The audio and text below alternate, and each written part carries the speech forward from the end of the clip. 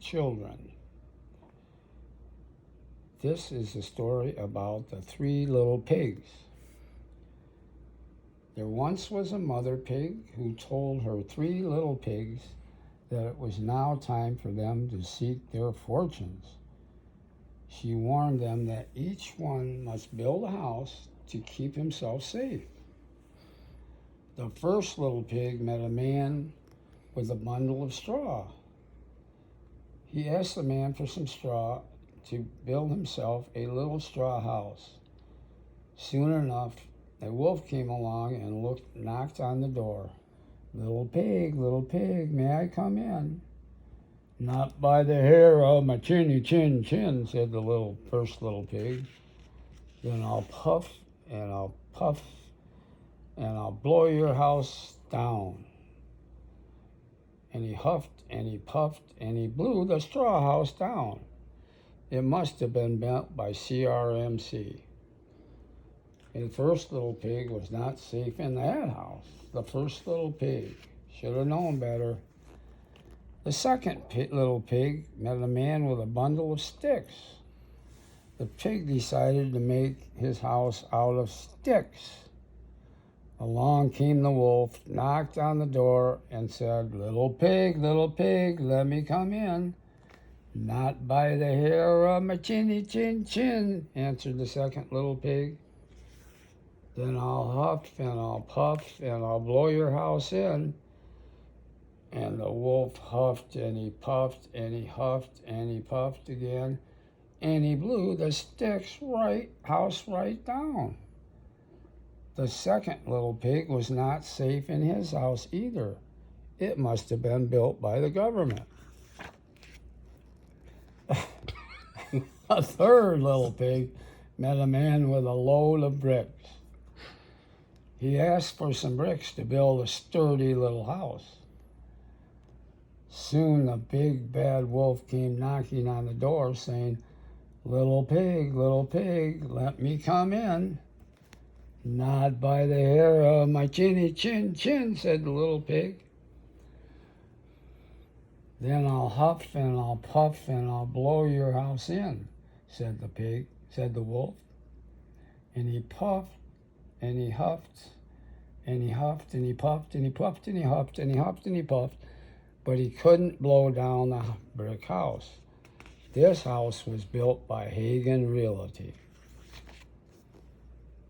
When he saw the house was still standing, the wolf gave up all his huffing and puffing.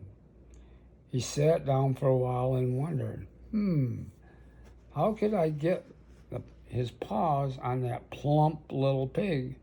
Because he dearly wanted a plump pig for his dinner. Then he had an idea. Dear pig, he called, come with me to Farmer Smith's turnip field. I happen to know that it is full of nice turnips. I will come for you at 6 o'clock tomorrow.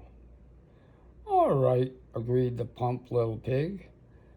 But the clever pig got up at 5 o'clock, went to Farmer Smith's, and gathered all the turnips he could carry. He then went and paid Farmer Smith. He went back to the home by 6 when the wolf arrived. The wolf was very angry when he discovered that he had been tricked, but he did not know how to show it. Instead, he had said politely, friend pig, I know a lot of lovely apple trees just up the hill.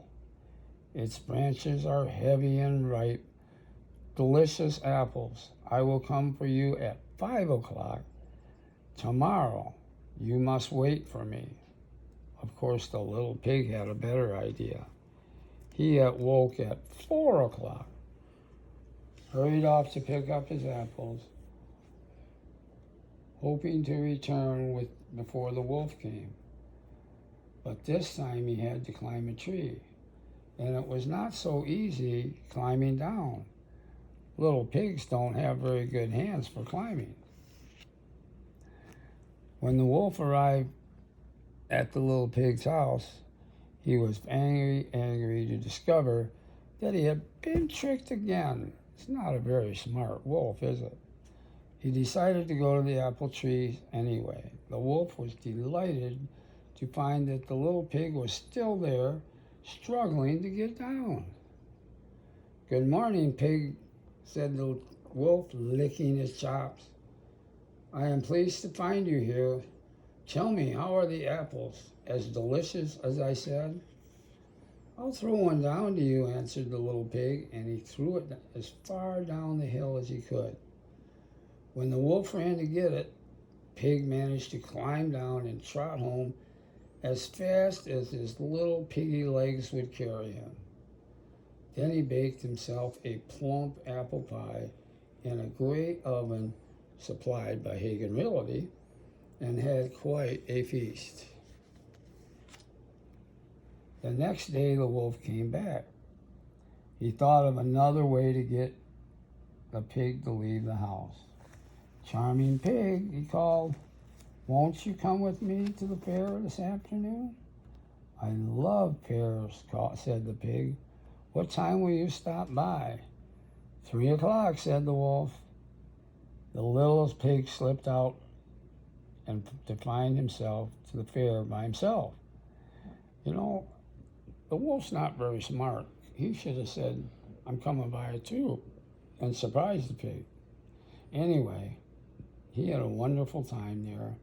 He admired the flowers, ate some cotton candy, and bought a nice barrel of rainwater. Wow, I wonder what he's going to do with that. On the way home with the new barrel, the pig saw the wolf coming along the road behind him. The pig climbed inside the barrel to hide and began to roll. It rolled down the hill. The sight of the rolling barrel frightened the wolf so much that he turned and ran straight home. The wolf came to the little pig's house later that day and told him how frightened he had been by the strange thing he had seen. The little pig laughed and said that he had been in the barrel and the pig himself, it had only been a barrel and the pig himself was inside the barrel. Yeah, right there. That would be kind of hard rolling down a hill inside a barrel. Now, the big bad wolf did not like being laughed at, and he was getting very angry. No little pig was going to get to cheat him out of his dinner. "Pig," he said, "I'm tired of your tricks. The time has come to eat you up." Because he could not huff and puff and blow that sturdy house down built by Hagen Realty, the wicked wolf climbed onto the roof of the little pig's brick house. He shouted down the chimney, little pig, I'm coming to eat you up." When he heard this, the little pig hung a big pot of water over the fire. The big bad wolf came down the chimney, fell right into the boiling water. That water boiling pretty fast, didn't it? That was the end of the big bad wolf. The end.